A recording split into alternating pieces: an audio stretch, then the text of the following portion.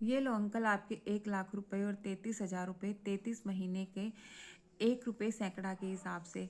आपने मुझ पर उस समय भरोसा किया जिस समय मेरे बाप ने मुझे घर से बाहर निकाल दिया था अपने बच्चों के साथ, और मेरे पास रहने के लिए कोई जगह भी नहीं थी, और आपने मुझे कमरा भी दिया रहने के लिए।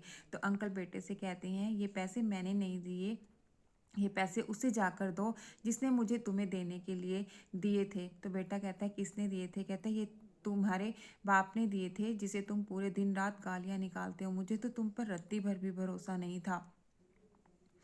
तो बेटे की जो ईर्ष्या और नफरत जो है पल भर में प्यार का रूप धारण कर लेती है, और वो भागा भागा पिता के पास जाता है, और अंदर ही अंदर समझ जाता है कि मेरे पिता ने मुझे सुधारने के लिए मुझे घर से बाहर निकाला था, ताकि मैं अपने पैरों पर खड़ा हो सकूं।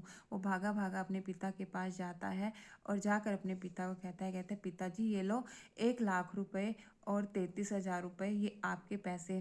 तो बेटा चुप हो जाता है, और पिता कहते हैं कि अपने बाप को पैसे देगा। तो बेटा कहता है कि मुझे सब पता चल गया है कि आपने मुझे सुधारने के लिए ही घर से बाहर निकाला था। और दोनों जो हैं, जैसे ही बेटा जाने लगता है पैसे देकर, तो बाप जो है बेटे को आवाज़ लगाता है कि बेटा। बेटा भागा भागा आता है, और बाप की बाहों से लिपट जाता है, और आंसू छलक जाते हैं। जैसे ही उसने कंधे पे अपना मुंह रखा होता है, तो उसे लगता है कि बाप का कंधा भी गीला हो गया है। उसे लगता है कि पापा के भी आंसू कहीं ना कहीं निकले हैं।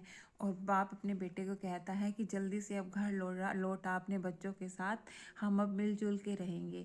तो इसीलिए जो है, माँ बाप कभी अपने बच्चों का गलत नहीं सोचते।